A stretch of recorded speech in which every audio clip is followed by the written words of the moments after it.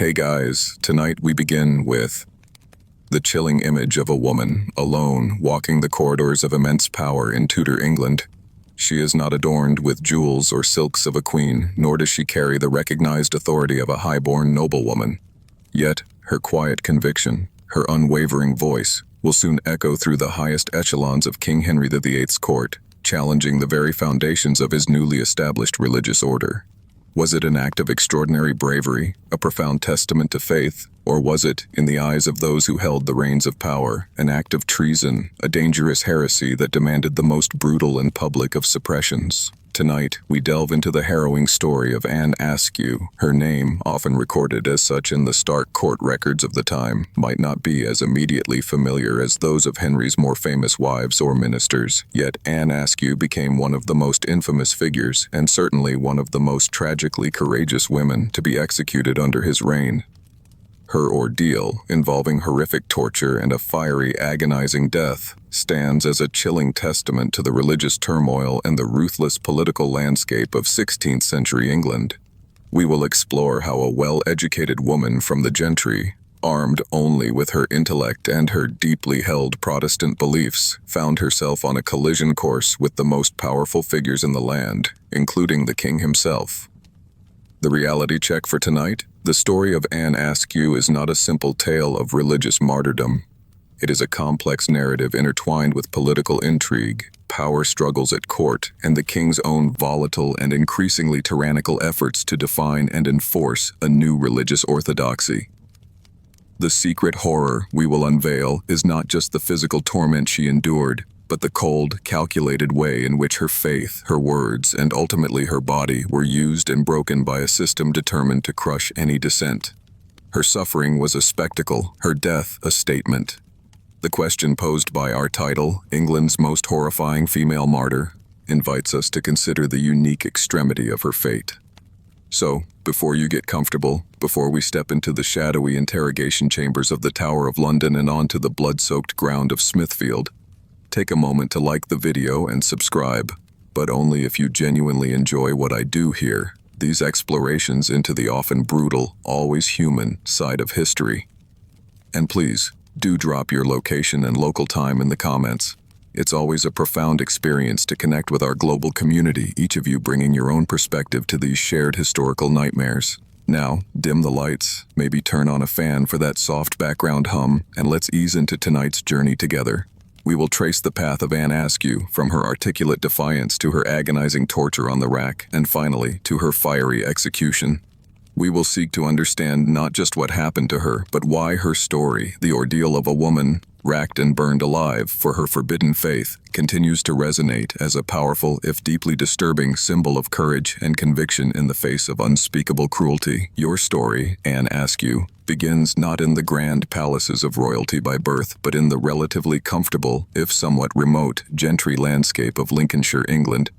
You were born around 1521. The exact year is sometimes debated by historians, a quirky tidbit for a woman whose end would be so meticulously recorded, into the family of Sir William Askew, a wealthy landowner, a knight, and a man known for his loyalty to King Henry VIII, even serving at court and as a juror in the trial of Anne Boleyn's alleged co-conspirators. Your early life, therefore, is one of privilege compared to the vast majority of women in Tudor England. And a crucial aspect of this privilege is access to education, in an era when literacy for women was a rarity, often confined to the highest nobility or those destined for the convent. You, Anne, are fortunate enough to receive a good education. You learn to read and write, and most importantly, you develop a keen, inquisitive mind and a deep engagement with the religious texts that are shaping the very soul of your nation. This education, however, as your script notes from turn 281 astutely point out, was not a passive virtue, it was a weapon. It armed you with the ability to interpret scripture for yourself, to question doctrine, and to articulate your own theological understanding, skills that would prove both empowering and extraordinarily dangerous in the volatile religious climate of Henry VIII's later reign. Imagine yourself, a young woman in the 1530s and early 1540s. England is a nation in profound religious turmoil. Henry VIII has broken with Rome, declared himself supreme head of the Church of England, and dissolved the monasteries. Yet the precise nature of English religious doctrine is still fiercely contested. Is it to be a form of Catholicism without the Pope? Or will it embrace the more radical Protestant reforms sweeping across parts of continental Europe, ideas championed by figures like Martin Luther and John Calvin? This is the great matter not just of the king's divorce, but of England's spiritual identity. The medical hardship for the nation is this agonizing schism, this tearing apart of centuries of religious unity, often leading to social unrest and persecution. It is in this ferment of new ideas and old traditions that your own profound religious convictions are forged. You, Anne, openly and passionately embrace the tenets of Protestantism. You study the Bible avidly, likely in an English translation, itself a controversial act, and you come to reject many of the core doctrines and practices of the traditional Catholic Church that Henry, despite his break with Rome, often still sought to enforce through measures like the Act of Six Articles in 1539. This act, often dubbed the Whip with Six Strings, reaffirmed traditional Catholic doctrines on key issues, including transubstantiation, clerical celibacy, and auricular confession, and prescribed harsh penalties, including death by burning, for those who denied them. The most dangerous of your beliefs, the one that will ultimately lead you to the rack and the stake, is your explicit rejection of transubstantiation, the Catholic doctrine that, during the Eucharist, the Mass, the bread and wine, through the priest's consecration, are miraculously transformed into the literal, actual body and blood of Christ, even though their outward appearance remains unchanged. For you, Anne, steeped in Protestant reformist thought, this is an absurdity, a superstition, a form of idolatry. You believe, as many reformers did, that the bread and wine are symbolic, a memorial of Christ's sacrifice, not his physical presence. To articulate such a view openly in Tudor England is to dance with death. The scholarly debate still rages about the nuances of Anne's specific theological positions, but her denial of transubstantiation is undisputed and central to her condemnation. The shocking secret is the potentially lethal power of a single theological disagreement in this era of intense religious strife. Your education has given you a voice, but in this England, that voice is about to be branded as heretical and therefore treasonous. Your Protestant convictions, and particularly your denial of transubstantiation, are not kept as private opinions, whispered only in safe company. You are a woman of intellect and, it seems, of considerable courage, or perhaps a dangerous lack of self-preservation. You feel compelled to speak your truth, to share your understanding of Scripture, even when the risks are glaringly apparent.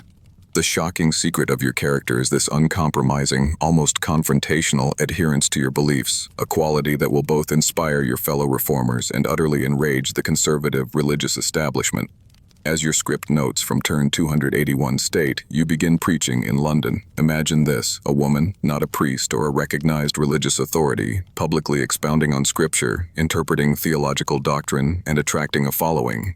In the patriarchal society of Tudor England, this in itself is a radical act, a challenge to established hierarchies. Your eloquence, your education, and the passion of your conviction make you, as your script notes suggest, dangerously persuasive. You are not just a heretic, you are an effective communicator of heresy, a far greater threat in the eyes of the authorities. Your examinations before various officials and ecclesiastical courts become legendary, not least because fragments of your own accounts, or accounts recorded by sympathetic contemporaries like John Bale and John Fox, survive. These records paint a picture of a woman who is not cowed by authority, who engages in sharp theological debate with her accusers, and who consistently refuses to recant her core beliefs, even when faced with imprisonment and the threat of torture.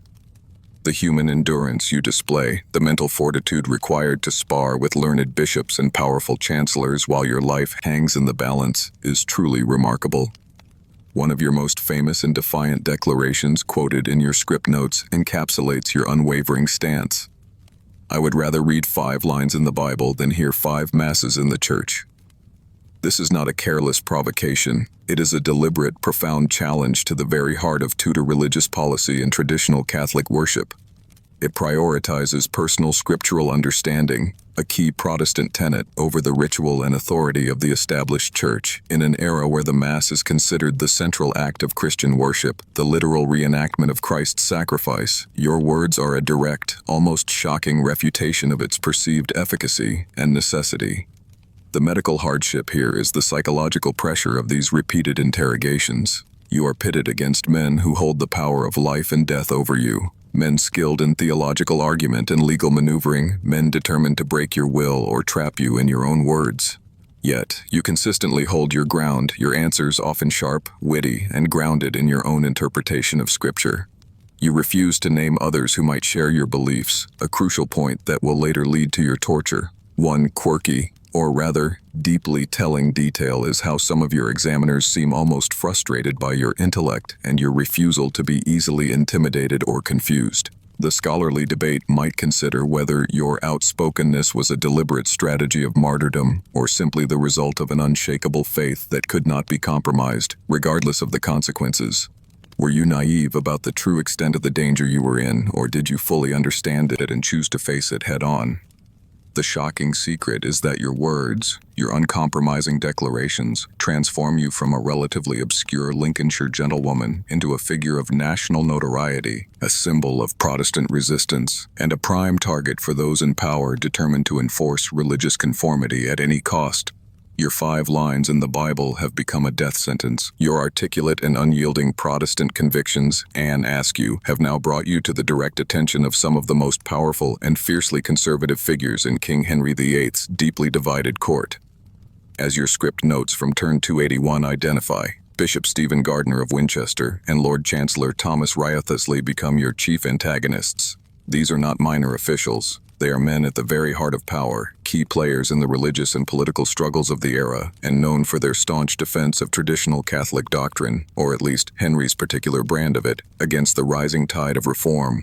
The shocking secret is that your case becomes entangled with much larger, far more dangerous political machinations. Imagine these men. Stephen Gardiner, a highly intelligent, politically astute, and deeply conservative bishop, a man who had initially supported Henry's break with Rome but fiercely resisted any further doctrinal shifts towards Protestantism. Thomas Wriothesley, Lord Chancellor, equally conservative, ambitious, and known for his ruthlessness in pursuing those he deemed enemies of the state or the established religious order.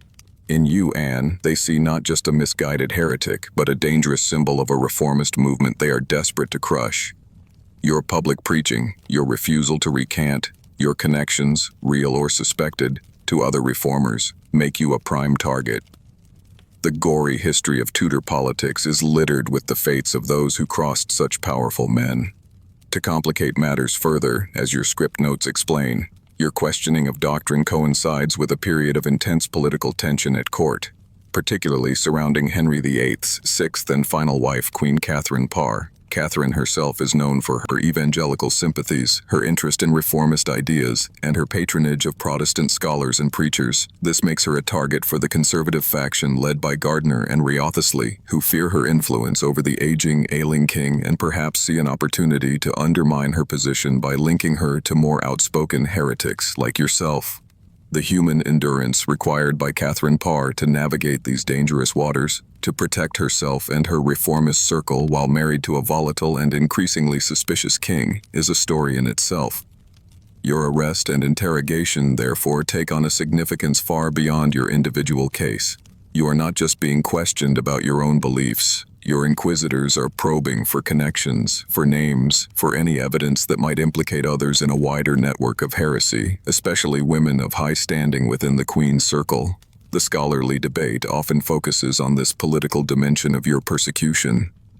Were Gardiner and Wriothesley genuinely concerned about your theological errors, or were you primarily a pawn in their larger game to discredit Queen Catherine Parr and halt the advance of Protestantism at court?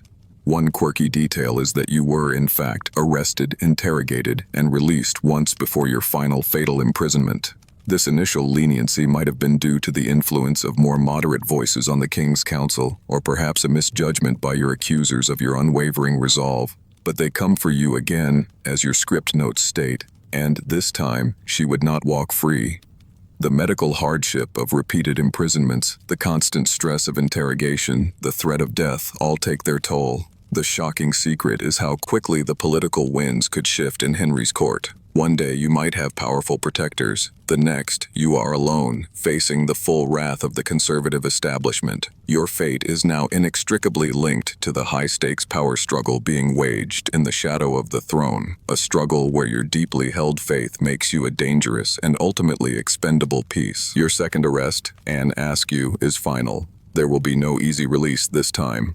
The powerful conservative faction at King Henry VIII's court, led by Bishop Gardiner and Lord Chancellor Wriothesley, is determined to make an example of you, and perhaps, through you, to strike at higher targets, even Queen Catherine Parr herself. You are taken from the relative freedom of London, however constrained by suspicion and surveillance, and delivered into the grim, forbidding embrace of England's most notorious state prison, the Tower of London. As its heavy gates close behind you, you are entering a world from which, as your script notes from Turn 281 chillingly state, few ever returned whole. This is your descent into a world of pain, fear, and the antechamber of death. Imagine the Tower of London in the mid-16th century. It is not the tourist attraction of today, but a formidable fortress, a royal palace, an armory, a treasury, and most terrifyingly, a state prison and place of execution for those deemed enemies of the crown. Traitors, heretics, political rivals. Its stone walls are ancient, cold, and imbued with centuries of sorrow and suffering. You are likely held in one of its many towers, perhaps the Beauchamp Tower or the Bell Tower, in a small, dark, damp cell, the medical hardship of your confinement immediate and oppressive. The only light might come from a narrow slit window, the only sounds the distant cries of gulls from the Thames, the tramp of guards' boots, and perhaps the unsettling, muffled noises from other unfortunate prisoners. You have already been tried by an ecclesiastical court and formally condemned as a heretic for your denial of transubstantiation. As your script notes point out, that should have been the end. The usual course would be excommunication, handing you over to the secular authorities, and then, relatively swiftly, execution by burning at the stake, the prescribed punishment for obstinate heretics. But your inquisitors, Wriothesley and Rich, Sir Richard Rich, another key figure in the conservative faction, are not satisfied. Your steadfast refusal to name other ladies or gentlewomen at court who might share your Protestant beliefs, particularly those close to Queen Catherine Parr, has left them frustrated and determined to extract this information by any means necessary. The shocking secret is that your condemnation for heresy is now secondary to their political agenda. The human endurance required of you in these circumstances is almost beyond imagining. You are alone, facing powerful, ruthless men. You know your theological fate is sealed, but now you face a new, more terrifying prospect: torture. Torture, to force you to betray others, to implicate those who might have shared your faith or offered you support. You are caught in a high-stakes political game, your body and your conscience the battleground. One quirky, or rather, deeply cynical, aspect of Tudor justice was this willingness to employ extreme measures to obtain information that could be used against political enemies, often with little regard for the legality or morality of those measures. The scholarly debate considers the precise legalities surrounding the use of torture in Tudor England. While technically illegal under English common law without a specific royal warrant, its use, especially in cases of treason or serious threats to the state, and heresy was often framed as such, was not uncommon, particularly within the secretive confines of the Tower. The King's Council could, and did, authorize torture in certain circumstances. For you, Anne, the lines between your religious crime and a perceived political threat have become dangerously blurred as you languish in your tower cell, awaiting the summons of your interrogators. The gory history of this infamous fortress, its racks, its thumbscrews, its unknown, unseen torments, must weigh heavily on your mind. You are no longer just Anne Askew, the Lincolnshire gentlewoman with dangerous ideas. You are a prisoner of state, your body now a potential instrument for your enemy's political ambitions. The descent into physical agony is about to begin. Your interrogators, Lord Chancellor Wriothesley and Sir Richard Rich, are unyielding in their determination to extract names from you, Anne Askew, names of other Protestant sympathizers within Queen Catherine Parr's circle. Your steadfast refusal to implicate anyone, despite your own condemnation for heresy, has only hardened their resolve. And so, you are taken from your cold cell deep within the Tower of London to a place of unimaginable horror, a chamber containing the most feared instrument of torture in Tudor England, the rack. The shocking secret of this moment is not just the impending physical agony, but the profound illegality and exceptional cruelty of subjecting a condemned gentlewoman to such a barbaric device for such overtly political ends. Imagine this terrifying apparatus. The rack, as your script notes from Turn 281 describe it, was designed to painfully stretch the body to the point of severe joint damage. It was typically a large, heavy wooden frame, with rollers or windlasses at each end. The victim's wrists and ankles would be securely bound with ropes or leather straps to these rollers. Then, as the executioners, or in your case, as we will see, high-ranking officials themselves, turned the levers or wheels, the ropes would tighten, slowly, inexorably, pulling the victim's limbs in opposite directions. The medical hardship is almost too gruesome to contemplate. Joints dislocating with sickening pops, ligaments tearing, muscles ripping, bones potentially even breaking under the immense, unyielding pressure. It was a torment designed to inflict maximum, excruciating, and often permanent physical damage. Its use in England, as your script notes point out, was technically illegal under common law without direct royal consent or a warrant from the Privy Council, under specific circumstances, usually reserved for the most serious cases of treason where extracting information was deemed vital to state security. Furthermore, it was rarely used on women. The prevailing, if often hypocritical, notions of chivalry or female frailty generally, though not always, shielded women from the worst excesses of judicial torture that men might face. For you, Anne, a gentlewoman already condemned for heresy, a religious crime, though with political overtones, to be subjected to the rack was an extraordinary and legally dubious escalation. The gory history of the Tower is filled with tales of its use, but your case stands out for its blatant political motivation and the high status of those who personally inflicted it. The scholarly debate often explores why Wriothesley and Rich took such an extreme and legally questionable step. Was it a sign of their desperation to find evidence against Queen Catherine Parr and her circle? Was it a reflection of their personal fanaticism and cruelty, or was it done with the tacit, if unrecorded, approval of King Henry VIII himself, who was known for his ruthlessness in dealing with perceived threats to his authority or his religious settlement? One quirky, or rather chilling detail is the air of secrecy and denial that often surrounded the use of torture. Official records might be vague or non-existent, the state preferring to keep these darker instruments of power shrouded in ambiguity. The human endurance of anyone facing the rack is tested to its absolute limit. The pain is not a quick, sharp shock, but a slow, grinding, escalating agony designed to break not just the body, but the will. As you are dragged into that stone chamber, Anne, and see the menacing wooden frame of the rack waiting for you, a new level of terror must grip your heart. Your faith, your courage, your refusal to betray others are about to be pitted against a machine of almost unimaginable cruelty. The shocking secret is that this is not about justice, nor even about punishing your heresy further.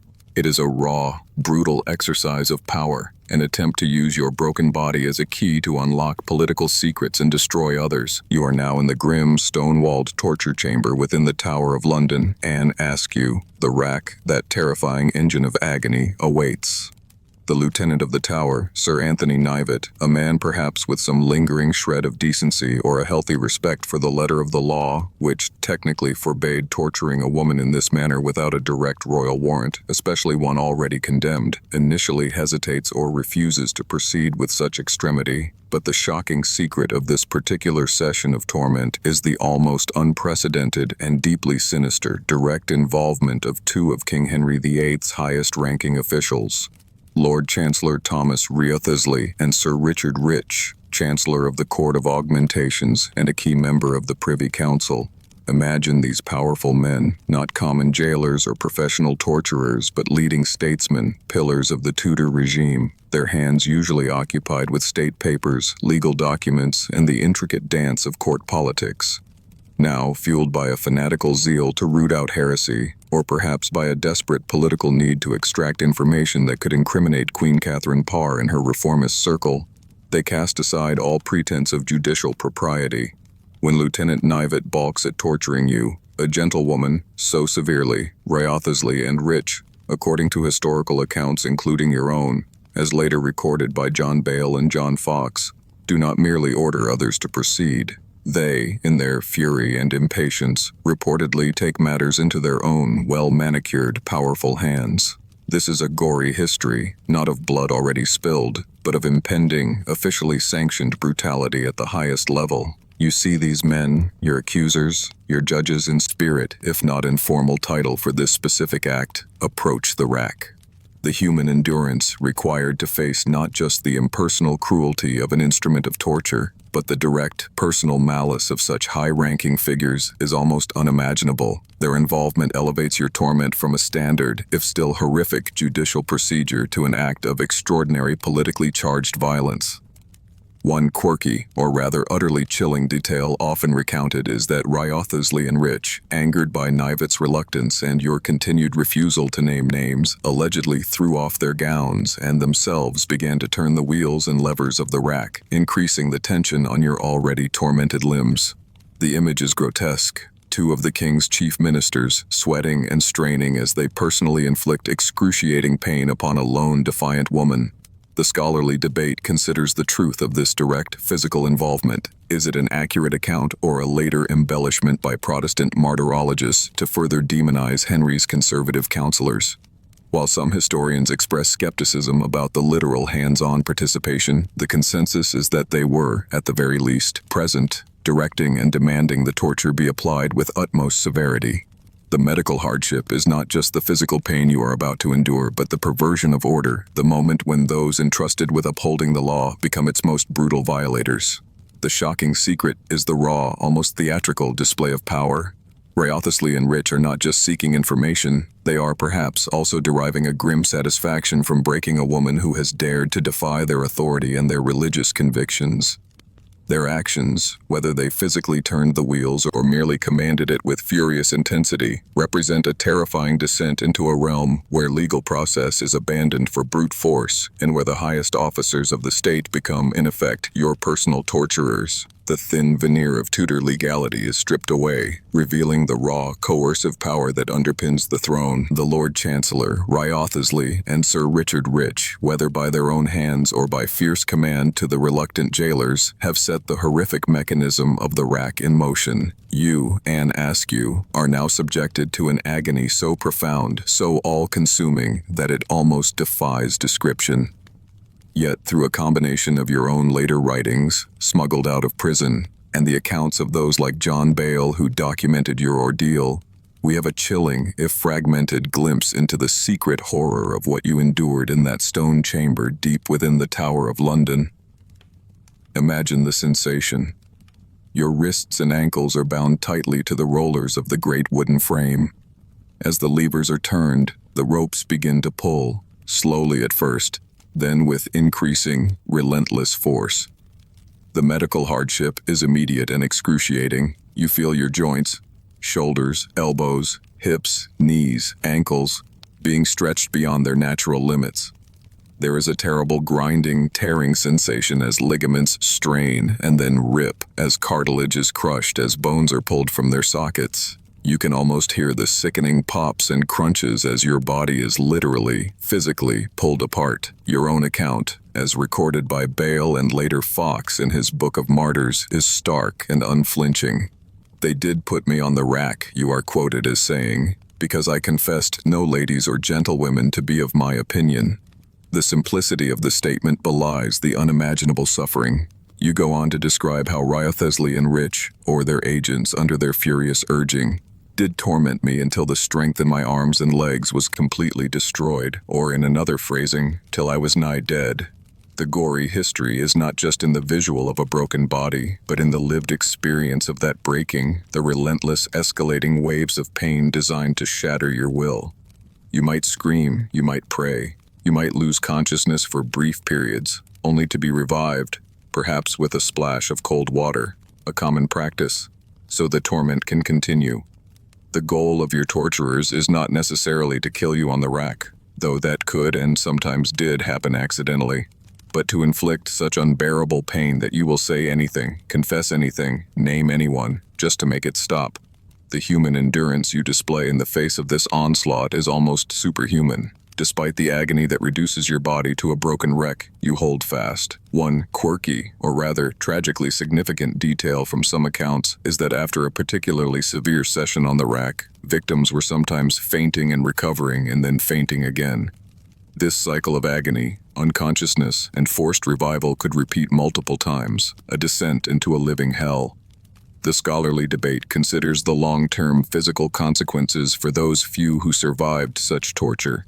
Even if not killed outright, they were often left crippled for life, their joints permanently damaged, their bodies racked with chronic pain. For you, Anne, we know the damage was so severe that you would later be unable to walk or even stand at your own execution.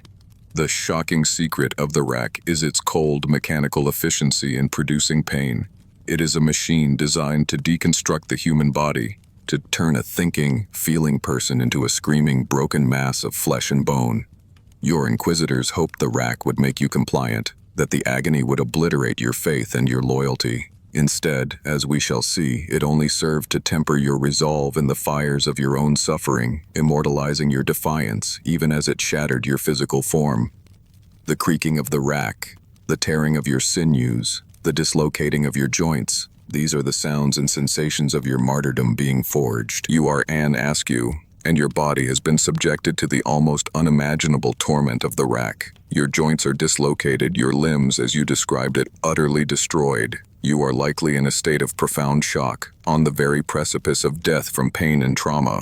Yet, even in this abyss of physical agony, the shocking secret of your ordeal, the element that elevates your story from one of mere suffering to one of extraordinary spiritual resistance, is the state of your will. It remains, by all accounts, unbroken.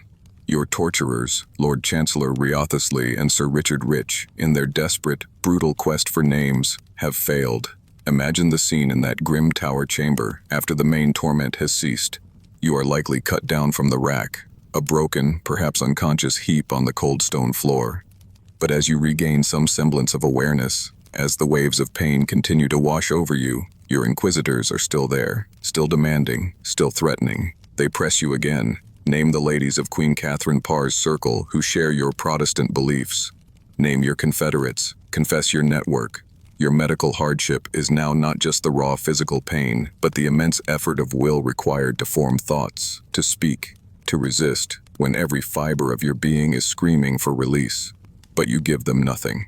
As you reportedly wrote later, or as was recorded for you, detailing your examinations, then they did put me on the rack, because I confessed no ladies or gentlewomen to be of my opinion. And thereon they kept me a long time, and because I lay still and did not cry, my Lord Chancellor and Master Rich took pains to rack me with their own hands till I was nigh dead. The detail, because I lay still and did not cry, is particularly striking, a testament to your incredible human endurance and control, or perhaps an indication that you had fainted, yet even unconscious, your spirit did not yield the names they sought. Your steadfast refusal, even under such extreme duress, enrages your tormentors, but also, perhaps, secretly unnerves them. They have used one of the most potent instruments of state terror, exceeded their legal authority, as Lieutenant Knivet had tried to warn them, and personally engaged in a brutal act, all to no avail. Your silence is a powerful act of defiance, a spiritual victory, even in the face of utter physical devastation. The scholarly debate often highlights this aspect of your story. You were not just a victim, you were an active resistor, using your faith and your will as shields against the power of the state. One quirky, or rather, deeply inspiring detail is your reported statement, "I had rather to die than to break my faith." This simple, unwavering declaration, made in the shadow of, or perhaps even during your torment, encapsulates the core of your resistance. Your faith is not an abstract theological concept, it is the very essence of your being, something more precious than your own physical integrity, more enduring than the pain your torturers can inflict. The gory history of their efforts is met with the luminous power of your conviction. The shocking secret of Anne Askew's defiance under torture is its profound impact on the narrative of the English Reformation. Your story, quickly disseminated by fellow Protestants, albeit often in smuggled or underground writings initially, becomes a powerful symbol of the cruelty of the conservative faction and the steadfastness of the Reformed faith. You are no longer just Anne Askew, a heretic. You are Anne Askew, the martyr, whose unbroken spirit shines even brighter against the dark backdrop of her physical suffering. Your silence about others, your refusal to betray your friends or fellow believers, even at the cost of such unimaginable pain, transforms your personal ordeal into a testament of loyalty and spiritual integrity that will resonate for centuries. Riotously and Rich sought to break you, but in their brutality, they only succeeded in forging an icon. The brutal session on the rack has ended. You, Anne Askew, have endured an agony that few could even imagine, let alone withstand without breaking. Your body, as you yourself would later attest, is a ruin, your joints dislocated, your limbs effectively useless. The medical hardship you now face is not just the lingering, excruciating pain, but the permanent, life-altering damage inflicted upon you by King Henry VIII's highest officials. Yet, amidst this physical devastation, your spirit, your will, your faith, remain, by all accounts, unbent. This is the shocking secret that likely dumbfounded and further enraged your tormentors. Imagine the scene as they finally release you from the rack's cruel embrace. You are likely unable to move, perhaps barely conscious. You are, as your script notes from turn 281 state, so badly mutilated that she could no longer walk.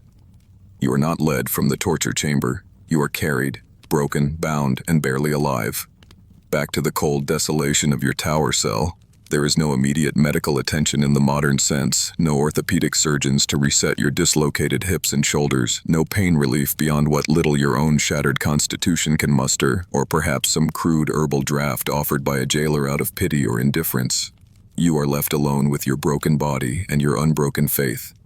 The human endurance required in these hours and days immediately following such extreme torture is of a different kind. It is not the active resistance of defiance, but the passive endurance of almost unbearable, constant pain, coupled with the terrifying knowledge that your ordeal is still not over.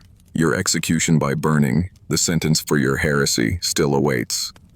Your torturers, Lord Chancellor Wriothesley and Sir Richard Rich, had hoped the rack would make you compliant, that you would, in your agony, finally give them the names of other Protestant sympathizers, particularly those in Queen Catherine Parr's circle. Your refusal, your silence, is a profound defeat for them. One quirky, or rather darkly ironic detail is that Lieutenant of the Tower, Sir Anthony Knivet, who had initially refused to torture you so severely, reportedly rushed to the king to protest the illegal and brutal actions of Wriothesley and Rich. Henry VIII, perhaps feigning ignorance or simply displaying his characteristic caprice, is said to have mildly censured his chancellor but took no further action to punish him or alleviate your suffering. The king's justice, it seems, was as arbitrary and self-serving as that of his ministers. The scholarly debate considers whether Henry was fully aware and complicit in the extremity of your torture, or if Wriothesley and Rich acted largely on their own initiative in their zeal to gain political advantage. The gory history of your condition is stark. You are a young woman, barely in your mid-20s, now crippled for life, her body a testament to the state's capacity for cruelty. But the shocking secret that shines through the darkness of your suffering is your unyielding spirit. Your interrogators, as your script notes aptly put it, hoped the rack would make her compliant. Instead, it immortalized her. The cruelty inflicted on her body only deepened the power of her conviction. Torture had failed in its primary objective, to extract information and break your will to resist. All that remained for them now was the final public spectacle of your execution, a last, desperate attempt to silence your voice and make an example of your defiance. But even as they prepare the faggots and the stake at Smithfield, your story, your quiet, agonizing triumph over your torturers in the depths of the tower, is already beginning to whisper its way into the annals of martyrdom. The agonizing days following your torture on the rack have passed in a blur of pain and perhaps fevered prayer within your cold tower cell. Your body, Anne Askew, is broken, your limbs useless, but your spirit, your refusal to recant your Protestant faith or betray your friends, remains unbent. Now, the final act of your tragic drama is set to unfold. It is July 16th, 1546. This is the day appointed for your execution by burning, the day you will make your final journey from the Tower of London to the infamous execution ground at Smithfield. The shocking secret is that even this last, short journey will be a testament to your suffering and your extraordinary resilience. Imagine the morning. You are, as your script notes from turn 281 state, unable to walk. Your body, weakened by prior torture and wrecked by the rack, cannot support its own weight. So you are not led from your cell as other prisoners might be. You are carried, perhaps on a litter, or, as some accounts dramatically suggest, even in a simple wooden chair, a makeshift throne for a queen of martyrs. This image itself, a young woman, her body so mutilated by state-sanctioned torture that she must be carried to her own execution, is a powerful indictment of the regime that condemned you. The medical hardship is a visible public display. Your destination is Smithfield, a large, open area just outside the city walls of London, known historically, as your script notes mention, as a site for markets, tournaments, and, most grimly, for public executions, especially for heretics. For centuries, the fires of Smithfield had consumed those deemed enemies of the established religious order, their agonizing deaths serving as a terrifying public warning. You are about to join their ranks, your name forever linked to this place of gory history. The journey from the Tower to Smithfield, though not as long as the procession many pirates endured to Wapping, is still a public spectacle. You are likely transported through some of London's streets, the news of your impending execution, and perhaps even whispers of your horrific torture, having already spread through the city. A crowd would gather, a mixture of the morbidly curious, the devoutly hostile to your perceived heresy, and perhaps a few hidden, fearful sympathizers. Your human endurance is now in facing this public gaze one last time, not as a defiant preacher, but as a broken, condemned woman being carried to her death. You are not alone in this final journey. As your script notes state, Anne Askew was not alone. 3 other condemned men, John Lascelles, John Hadlam, and John Hemley, shared her fate that day. These men, also condemned for heresy, would be your companions at the stake. But it is you, Anne, who drew the crowd's gaze. Your gender, your gentle birth, your education, your articulate defiance during your examinations, and now, the horrifying knowledge of your torture, all combine to make you a figure of intense, if often fearful, public interest. You are, as your script notes highlight, the first Englishwoman known to be both tortured in the Tower and then burned at the stake. The sheer, unprecedented brutality of your treatment has already begun to transform you from a heretic into a martyr in the eyes of some, even before the flames are lit. One quirky, or rather, deeply somber detail is the likely presence of high-ranking officials and clergy at Smithfield to witness your execution, perhaps including some of those who had condemned or even tortured you. Their presence is not just to ensure the sentence is carried out, but to observe its effect, both on you and on the crowd. The scholarly debate might consider the mood of London on that July day. Was it one of triumphant religious orthodoxy? Or was there an undercurrent of disquiet, of sympathy, even of fear, at the extremity of the state's actions? The shocking secret is that your broken body, carried through the streets on its way to Smithfield, is already a more powerful sermon against religious persecution than any your inquisitors could have imagined. Your final journey has begun. You have arrived at Smithfield. Anne Askew, your broken body carried to this infamous ground where so many accused heretics before you have met their fiery end. The crowd is a sea of faces, hostile, curious, perhaps a few hidden sympathizers watching with hearts full of dread. The stake, a rough wooden post, stands waiting, a stark symbol of the brutal religious intolerance of your age. But the shocking secret, or perhaps a small grim comfort in these final moments, is that you will not face the flames entirely alone. As your script notes from turn 281 clearly state, 3 other condemned men share your dreadful fate this day. Their names are recorded by history, fellow travelers on this path to martyrdom. John Lascelles, a gentleman of the king's household, John Hadlam, a tailor, and John Hemley, or Hemley, a priest. These men, like you, have been condemned for their Protestant beliefs, for denying the prevailing Catholic doctrines that King Henry VIII, in his complex and often contradictory religious settlement, still sought to enforce with an iron fist. You can imagine them, perhaps also carried or walking with grim determination, taking their places beside you, or at nearby stakes, forming a small, defiant company against the overwhelming power of the state and the established church. The human endurance of these men, like yours, is about to be tested in the most extreme way imaginable. They too have likely endured harsh imprisonment, relentless interrogations, and the psychological torment of knowing their fate. Their presence, however, does not diminish the particular horror of your situation as a woman, and a gentlewoman at that, subjected to such public and brutal degradation. Indeed, as your script notes highlight, it is you, Anne, who drew the crowd's gaze. Your gender, your education, your articulate defiance during your examinations, and the already circulating whispers of your horrific torture in the tower all combine to make you the focal point of this grim spectacle. You are the unnatural woman, the heretic who refused to break, and your death is intended to be the most potent warning of all. One quirky, or rather darkly poignant detail is how these group executions were often staged. Were you all tied to separate stakes, or was there a larger central pyre? Contemporary accounts of burnings vary, but the aim was always maximum public visibility, maximum terror. The scholarly debate might consider the dynamics within this small group of condemned. Did you exchange words of comfort or encouragement with Lascelles, Hadlam, and Hemley in these final moments? Or was each of you locked in your own private communion with your God, preparing to face the agony to come? The records are often silent on such intimate details, focusing more on the theological pronouncements or the public reactions. The medical hardship that awaits all of you is identical. Death by burning, one of the most agonizing and terrifying ways a human being can perish. But the gory history of your specific case, Anne, is compounded by your prior torture. Your body is already a wreck, your limbs dislocated, your strength sapped. How will you endure the flames when you can barely endure consciousness? The shocking secret is that even in this shared martyrdom, your suffering has a unique and terrible intensity.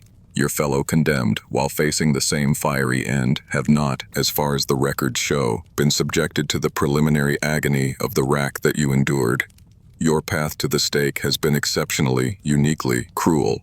Yet you are here, a symbol of defiance, soon to be joined in death by these men who also chose their faith over their lives. You are at the stake in Smithfield, Anne Askew, surrounded by your fellow condemned, the expectant crowd, and the grim apparatus of your execution. The shocking secret of death by burning is not just the act itself, but the meticulous, almost ritualistic preparation that precedes it. A series of deliberate steps designed to ensure a public, terrifying, and exemplary punishment. This is the gory history of state-sanctioned religious murder in Tudor England, and you are its unwilling yet unbent protagonist. Imagine the scene. Your broken body, unable to stand on its own due to the horrific torture you endured on the rack, is carefully, perhaps roughly, positioned against the sturdy wooden post. As your script notes from turn 281 indicate, she was tied to the stake with chains, her broken frame too frail to stand. Records indicate that a small cedar support was constructed to keep her upright. This quirky, yet deeply macabre detail, a special seat for the crippled martyr, underscores both the extent of your prior suffering and the determination of your executioners to proceed with the spectacle, regardless of your physical state. The chains are pulled tight, binding you securely, ensuring there is no escape from the inferno to come. Then, the faggots. This is the archaic term for bundles of dry wood, sticks, and kindling, specifically prepared and seasoned for maximum flammability. You see the executioners, or their assistants, methodically stacking these faggots around the base of your stake and around those of your fellow martyrs. They are piled high, often up to your waist or even higher, creating a pyre designed to produce an intense, consuming fire. The medical hardship is the anticipation of this fire, the knowledge of what it will do to your flesh, the searing pain that awaits. The human endurance required to face this with the composure you reportedly maintained is almost beyond belief. And then, a strange, seemingly contradictory element is introduced, as detailed in your script notes. A bag of gunpowder was tied around her neck, a common practice to hasten death and reduce suffering by detonating during the flames. This practice, common in English burnings of heretics, is a shocking secret of its own, a bizarre form of mercy in the midst of calculated cruelty. The theory was that the heat of the fire would eventually ignite the gunpowder, causing a small explosion that would, it was hoped, kill the victim more quickly, perhaps by shock, by concussion, or by rupturing vital organs, thus shortening the agony of being slowly roasted alive. The scholarly debate often considers the true efficacy of this gunpowder mercy. Did it always work as intended? Or was it sometimes a miscalculation, merely adding another layer of explosive horror to the victim's torment if it detonated prematurely or failed to kill outright? For you, Anne, with this bag of volatile black powder resting against your skin, it is another terrifying uncertainty in your final moments. Will it bring a quicker end or just another burst of agony? This entire ritual, the chains, the supportive seat for your broken body, the carefully stacked faggots, the bag of gunpowder, is a meticulously choreographed performance. It is not a hasty, improvised killing. It is a deliberate, state-sanctioned act, every detail imbued with symbolic meaning and designed for maximum public impact. The gory history is in this very deliberation, this cold, systematic preparation for your agonizing death. You are the central figure in this terrible play, your body the offering, your death the sermon. The flames have not yet been lit, but the ritual of burning has already claimed you in its inexorable, terrifying embrace. The pyre is built, the faggots stacked high around you and your fellow martyrs. You, Anne Askew, chained to the stake, your broken body supported, the bag of gunpowder a grim amulet around your neck, now face the final moments before the flames are kindled. But even now, in this extremity, the authorities have one last ritual to perform, one last attempt to assert their spiritual and temporal authority, and one last opportunity for you to recant and save your soul, if not your life, at this late stage. This comes in the form of a sermon delivered by a high-ranking cleric, a shocking secret of psychological pressure applied even as the scent of wood smoke begins to fill the air. As your script notes from turn 281 detail, Bishop Nicholas Shaxton is appointed to preach at your burning. Shaxton himself is a quirky, or rather tragically compromised figure. He was formerly a Protestant sympathizer, a bishop who had once shared many of the reformist views for which you are now about to die. However, under pressure, he had recanted, returned to the king's more conservative Catholic doctrine, and now, in a cruel twist of irony, he is tasked with preaching to you, exhorting you to follow his example, to renounce your heresy, and save yourself from eternal damnation, even as the temporal flames await. You can imagine his unease, his inner conflict, as he stands before you, a living testament to the faith he himself had abandoned.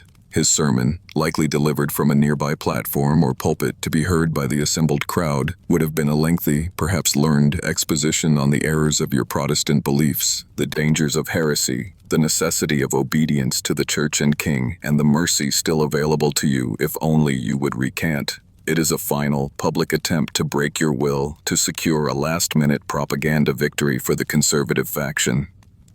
The human endurance required of you is to listen to this, to endure this final assault on your convictions, while knowing the fire is imminent. But you, Anne Askew, remain unbent. Your script notes, drawing from John Bale's account, describe your demeanor with powerful simplicity. Anne ignored him entirely. Bale records that she remained silent during his sermon, lips unmoving. This silent defiance is, in many ways, more potent than any spoken retort could be. By refusing to engage, by refusing even to acknowledge Shaxton's words, you deny him, and the authorities he represents, any purchase on your conscience. You have already stated your case, defended your faith during your examinations, endured their worst torments. There is nothing left to say, nothing left to concede. Your silence is your final, unanswerable sermon. The scholarly debate might consider the impact of your silent defiance on the crowd. Did it inspire sympathy among any hidden Protestants present? Did it further enrage the Orthodox? Or was it simply seen as the obstinacy of a condemned heretic? Regardless, it was a powerful act of agency in a situation where you were otherwise utterly powerless. The medical hardship of your physical state, unable to stand, your body a wreck, makes this mental and spiritual fortitude even more remarkable. You are a broken vessel, yet your spirit remains whole, untouched by their threats or their twisted offers of mercy. The gory history is not in this specific moment, but it looms. The faggots a stark reminder of what is to come. Bishop Shaxton finishes his sermon, his words perhaps falling flat in the face of your silent, unwavering resolve. Your refusal to engage, as your script notes state, became in itself a final act of defiance. The authorities have tried to break you with logic, with threats, with torture. Now they have tried with persuasion, with the offer of spiritual salvation if you recant. All have failed. The shocking secret is that your quiet, unyielding faith has proven stronger than all the power and all the cruelty the Tudor state could bring to bear against you. All that is left now is the fire. The sermon is over. Your silent defiance, Anne Askew, has rendered Bishop Shaxton's words hollow, his exhortations to recant unanswered.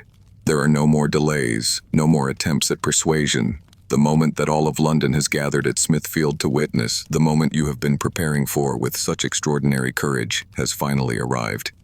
The executioner steps forward, a torch in hand. The shocking secret of this public burning is not just its cruelty, but its deeply ritualistic, performative nature, a horrifying spectacle designed to purify the realm of heresy and to terrify all who might dare to follow your path. Imagine the scene. The crowd, a mixture of the devout, the morbidly curious, and the fearful, falls into a hushed, expectant silence. The executioner approaches the pyre where you and your 3 male companions are chained.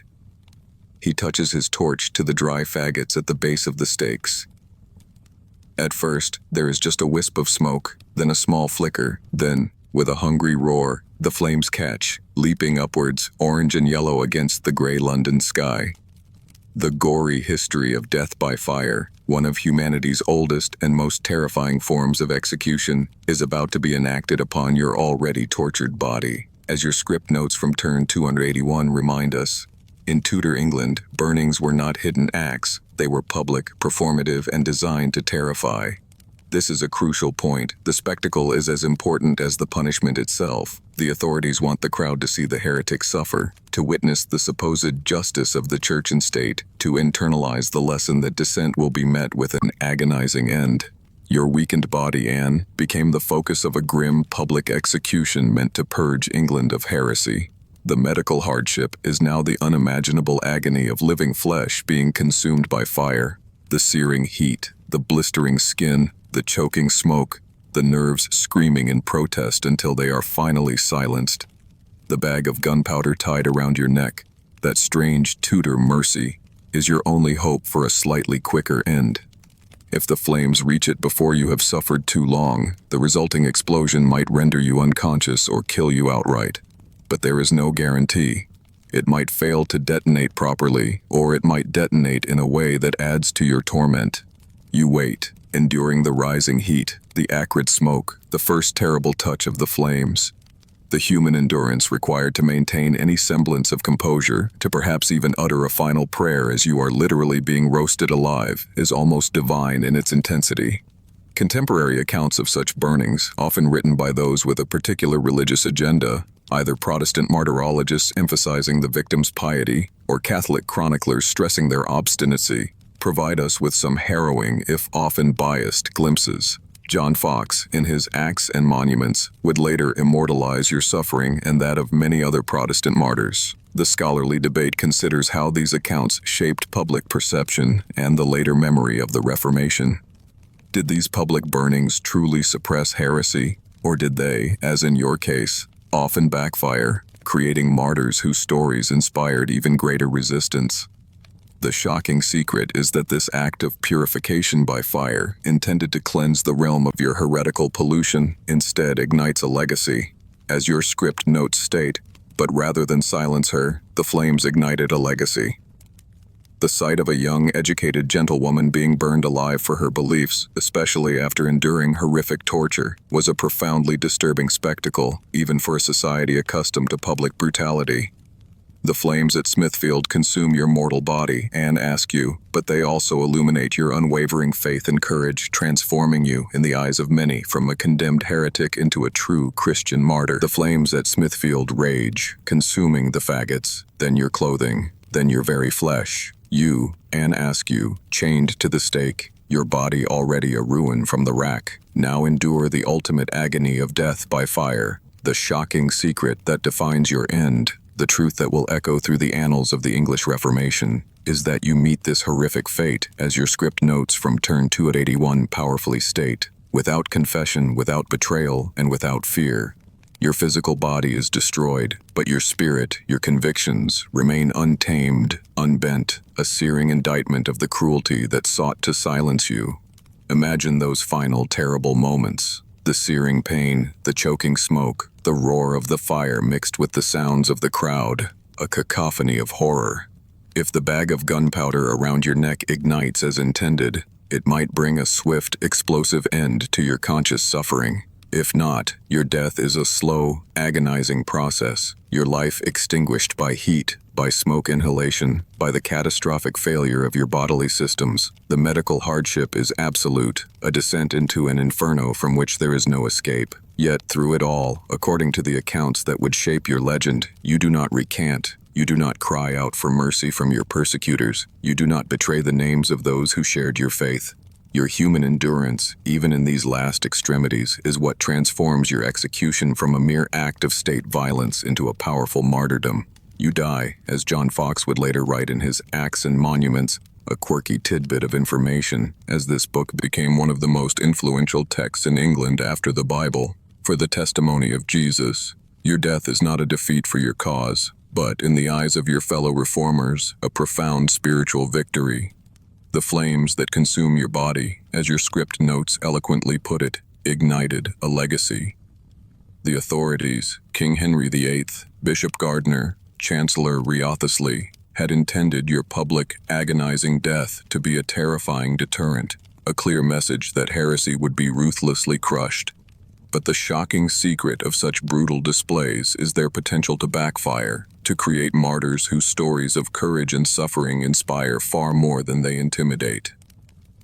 Your steadfastness in the face of torture and fire provides a powerful narrative for the Protestant cause, a story of faith overcoming the worst cruelties of a tyrannical regime. Your writings, the examinations of Anne Askew, detailing your interrogations and your unwavering defense of your beliefs, are preserved and circulated, often secretly at first, becoming potent propaganda for the Reformation. The scholarly debate continues on the precise political impact of your execution. Did it genuinely cow other reformers, or did it further galvanize their resistance? Did it achieve its intended effect of shoring up Henry's control over religious doctrine, or did it merely highlight the brutality and instability of his religious settlement? What is undeniable is that your story, Anne Askew, became a potent symbol. You were no longer just a Lincolnshire gentlewoman. You were a Protestant martyr, a woman of learning and courage who had faced down the most powerful men in England and had gone to her death rather than compromise her conscience. The gory history of your end, the rack, the chains, the fire, the gunpowder, is undeniable. But out of that horror, a different kind of history is forged. The history of resistance, of faith, and of the enduring power of the human spirit. As the flames die down at Smithfield and your ashes mingle with the dust, the message, as your script notes state, is clear. The state could destroy the body, but it could not claim the soul. Your agony has ended, but your story, the story of Anne Askew, is just beginning to burn its way into the conscience of a nation. The flames at Smithfield have died down, leaving behind only ashes, charred wood, and the lingering, acrid smell of burnt flesh. Your physical presence, Anne Askew, has been brutally erased from the world by the decree of King Henry VIII and the zealous actions of his conservative counselors. But the shocking secret, one that tyrants and persecutors throughout history have repeatedly failed to grasp, is that while fire can destroy the body, it cannot so easily extinguish the power of words, the resonance of ideas, or the enduring legacy of a courageous spirit. Even as your mortal remains were being consumed, your true voice, your intellectual and spiritual testimony, was already beginning its journey beyond the confines of Smithfield. Before your arrest and execution, you, Anne, were not just a preacher and a believer, you were a writer. You meticulously documented your examinations, your theological arguments with your accusers, and even, with harrowing clarity, your experience of being tortured on the rack. These writings, collectively known as the Examinations of Anne Askew, were a quirky tidbit in the sense that it was highly unusual for a woman of that era, especially one accused of heresy, to produce such a detailed, articulate, and defiant personal account of her own persecution. This was not a simple diary of suffering. It was a carefully constructed theological and political statement, a testament to your faith and an indictment of your accusers. Smuggled out of prison, perhaps by sympathetic hands or through clandestine networks of fellow reformers, your examinations began to circulate, first in manuscript form and then, with the advent of the printing press becoming a more potent tool for disseminating ideas, in printed editions. Imagine the impact of these writings in an England still deeply divided by religious strife. For those who shared your Protestant convictions, your words were a source of inspiration, a confirmation of their own beliefs, and a rallying cry against persecution. Your clear, logical defense of your views on the Eucharist, your sharp retorts to learned bishops, your steadfast refusal to betray others even under torture, all of this painted a portrait of a woman of extraordinary intellect, courage, and spiritual integrity. The human endurance you displayed was now immortalized in your own words.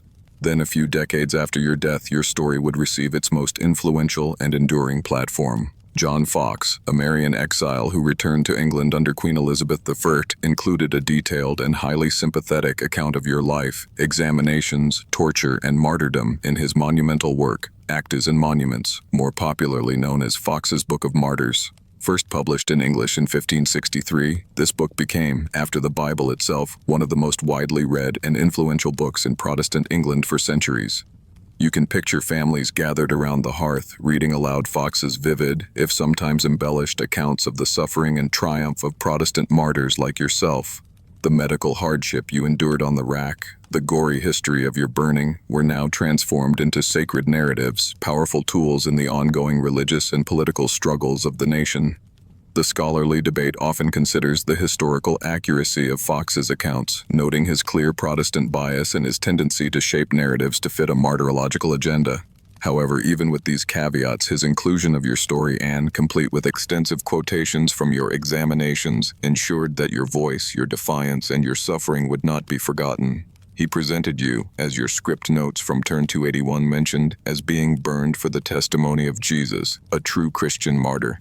The shocking secret is that the very state that sought to silence you by fire ultimately failed. Your pen, and the pens of those who recorded and disseminated your story, proved mightier than the flames of Smithfield. Your words, your ideas, your example of unwavering faith in the face of unimaginable cruelty continued to burn brightly, a beacon for reformers and a thorn in the side of religious persecutors long after your ashes had grown cold. Your ordeal, Anne Askew, culminating in that horrific public execution at Smithfield, was not simply a personal tragedy, however profound. It was, and remains, a searing indictment of the brutal religious policy of King Henry VIII's later reign, and a stark revelation of the shocking secret of how state power, when wedded to religious dogma and political paranoia, can descend into almost limitless cruelty. Your suffering, meticulously documented and widely publicized by Protestant reformers, became a powerful symbol, a cautionary tale about the perils of unchecked authority and the human cost of religious intolerance. Imagine the England of the 1540s.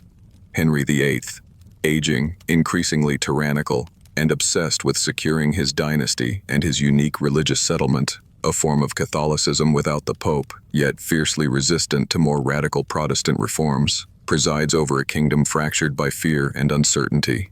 The Act of 6 Articles, 1539, under which you were primarily condemned for denying transubstantiation, was a draconian piece of legislation designed to enforce religious uniformity with the threat of burning for heresy. This was the legal framework that enabled your persecution. The gory history of Henry's reign is not just his 6 wives, but also the countless men and women, both Catholic and Protestant, who were executed for religious or political dissent. Your case, however, stands out for its particular brutality, especially the illegal and personally inflicted torture on the rack by the Lord Chancellor Wriothesley and Sir Richard Rich. This act, as we've discussed, shocked even some hardened Tudor contemporaries. It revealed a shocking secret, that even the highest officers of the state were willing to dispense with legal propriety and engage in direct, savage violence to achieve their political ends. In this instance, likely to extract information that could be used against Queen Catherine Parr and her reformist allies. Your broken body became a testament to their ruthless ambition and their fear of the Queen's influence. The medical hardship you endured was a direct result of this high-stakes political game. The scholarly debate often considers your execution as a key moment in the English Reformation, a low point of Henrician religious policy that, paradoxically, may have fueled further resistance. Did the public spectacle of your agonizing death and that of your fellow martyrs truly cow the Protestant movement? Or did it, as Fox's Book of Martyrs would later argue, serve to galvanize it, providing potent symbols of faith and courage in the face of tyranny?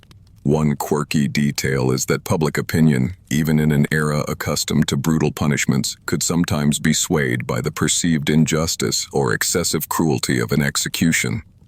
whispers about your torture and your steadfastness at the stake likely circulated widely, potentially fostering sympathy for your cause, even among those who did not share your specific theological views. The human endurance you displayed transformed you from a heretic into a martyr in the eyes of many. Your story became a powerful tool for Protestant propagandists used to highlight the perceived cruelty and tyranny of the Henrician regime and its conservative enforcers. The shocking secret for Henry, Gardner, and Wriothesley was that their attempt to make you an example of terror backfired, at least in the long run.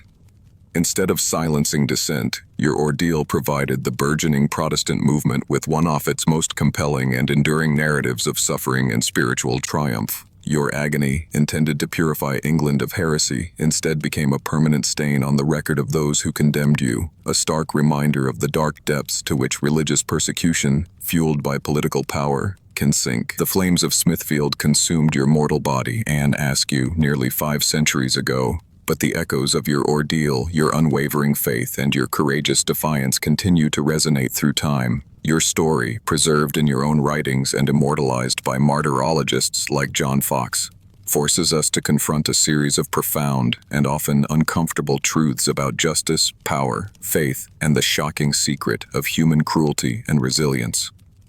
It is a narrative that transcends its 16th century Tudor context, speaking to enduring questions that still challenge us today. Imagine the impact of your story on subsequent generations. For Protestant England, especially during the reign of Elizabeth I and beyond, you became a celebrated hero of the Reformation, a symbol of pure faith standing firm against popish tyranny, as it was often framed.